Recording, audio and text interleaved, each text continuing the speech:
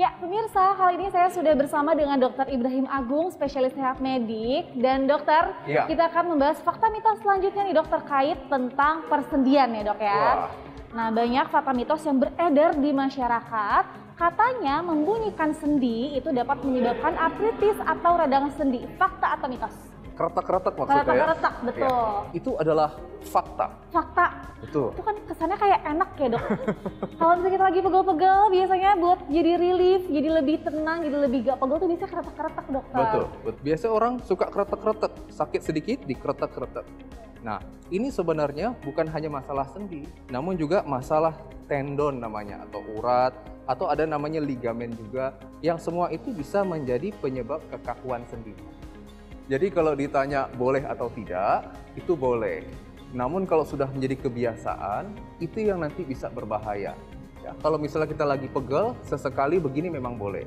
Ditambah dengan kita peregangan dari otot-ototnya. Namun kalau nggak ada apa-apa, kita keretak-keretak ya, leher kita keretak-keretak rasanya, badan kita keretak-keretakin, dan itu berulang, kita bisa bayangkan tulang sama tulang ini bergesekan. Nah, inilah yang nanti akan menimbulkan satu proses peradangan dan juga degenerasi atau penuaan dari sendinya. Ciri-cirinya apa dok? Ciri-ciri kalau sendi kita sudah mengalami peradangan. Baik, kita harus lihat dari beberapa tanda-tanda. Pertama, tanda peradangan adalah kemerahan. Jadi di sendinya kita akan dapatkan kemerahan. Kedua, kalau kita raba ada rasa nyeri. Ketiga, kita raba ada rasa hangat. Nah, keempat bisa ada pembengkakan. Yang terakhir, digerakkan akan mengalami kesulitan. Kaku jadinya dok ya. Kaku, betul sekali. Nah, jadi pemirsa hati-hati yang suka keretak-keretak tapi berkelanjutan nih sudah jadi kebiasaan, harus waspada jangan sampai sendi Anda malah jadi sakit atau radang ya dok ya. Betul Lalu sekali. selanjutnya bagaimana kalau orang yang sudah terlanjur dok? Itu kan enaknya dok kalau lagi pegel, biar nggak pegel tuh keretak-keretak. Solusinya gimana? Baik, jadi ketika sudah mengalami kebiasaan sebenarnya, kita bisa lakukan cara lain. Latihan untuk mengurangi kekakuan dan juga ketegangan dari otot-otot sekitar sendinya. Jadi peregangan itu sangat baik.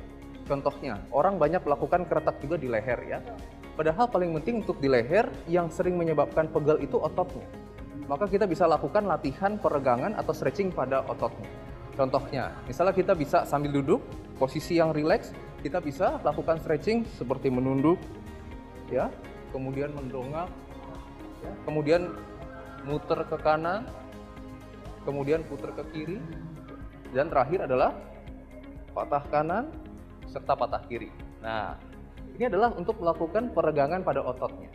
Itu jauh lebih aman dibandingkan kita melakukan keretak-keretak pada sendi-sendi kita. Oke, jadi dengan peregangan juga sebetulnya itu sudah cukup ya dan tentunya Betul aman sekali. dokter. Betul.